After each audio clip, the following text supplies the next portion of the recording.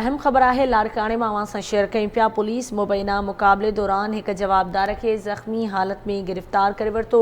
ज़ख़्मी हालत में गिरफ़्तार थियल जवाबदार की सुञाणप वसीम जूणे जो तौर थी है। ब्रेकिंग न्यूज़ तव्हां सां शेयर कयूं पिया। लाड़काने में पुलिस मुबैना मुक़ाबले दौरान एक जवाबदार के ज़ख़्मी हालत में गिरफ़्तार करण की दावा कई है। ज़ख़्मी हालत में गिरफ़्तार थियल जवाबदार की सुञाणप वसीम जूणे जो तौर थी है। ज़ख़्मी हालत में गिरफ़्तार थियल जवाबदार ते ज़िले के मुख़्तलिफ़ थाननि ते केस दाख़िल थियल आहिनि। तफ़सील मालूम कंदासीं। लाड़काने में आवाज़ न्यूज़ जो रिपोर्टर रशीद समो असां लाइन ते मौजूद है। रशीद, छा तफ़सील आहिनि?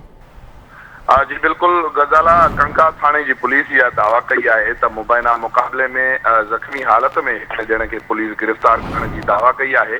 ज़ख़्मी हालत में जो गिरफ़्तार थियल है उनकी सुञाणप वसीम जूणे जो तौर थी है। पुलिस जो इहो चवणु आहे त मां तव्हांखे ॿुधायां त वधीक SSP लाड़काणो सरफराज़ नवाज़ शेख सां जो चवणु आहे त ॾोहार पुलिस के ॾिसी फायरिंग कई, जंहिंजे नतीजे में जवाबी फायरिंग में पुलिस जी जवाबी फायरिंग में वसीम जवाबदार है वसीम जूणे जो उनके ज़ख़्मी हालत में गिरफ़्तार करे कयो आहे ऐं उनजो जेको उनके मुंतकिल कियो आहे इलाज लाइ चाणकादे जे इमरजेंसी वार्ड में।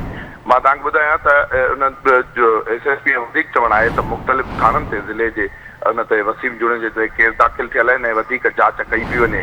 हिन वक़्त ताईं गुज़िरियल राति बि देरि सां पुलिस मुबैना माहोटा पुलिस मुबैना मुक़ाबिलो कयो, जंहिंमें हिकिड़ो ॼणो गिरफ़्तार करण की पुलिस दावा कई, पर हिन वक़्त ताईं जेको ॾोहनि ते कंट्रोल आहे उहो न थी सघियो आहे। लाड़काने में जेको मुख़्तलिफ़ सॼे ज़िले जी ॻाल्हि कजे त केतिरनि ई माण्हुनि खां फुरियूं जेके थियूं आहिनि उहे वापसि न मिली सघियूं आहिनि ऐं जेके चोरियूं आहिनि उहे मामूल बणिजी वियूं आहिनि ऐं ॾोहनि ते जेको आहे पुलिस कंट्रोल करण में नाकाम थी वई आहे। एतिरा जेके पुलिस मुक़ाबिला थियनि पिया, पर हिन पुलिस मुक़ाबिला थियण बावजूद बि जेके माण्हू ज़ख़्मी हालत में पुलिस गिरफ़्तार करण जी दावा पई करे, पर ॾोहनि ते कंट्रोल करण में पुलिस नाकाम थी वई आहे। जी, वॾी महिरबानी रशीद, इन हवाले सां अपडेट करण जे लाइ।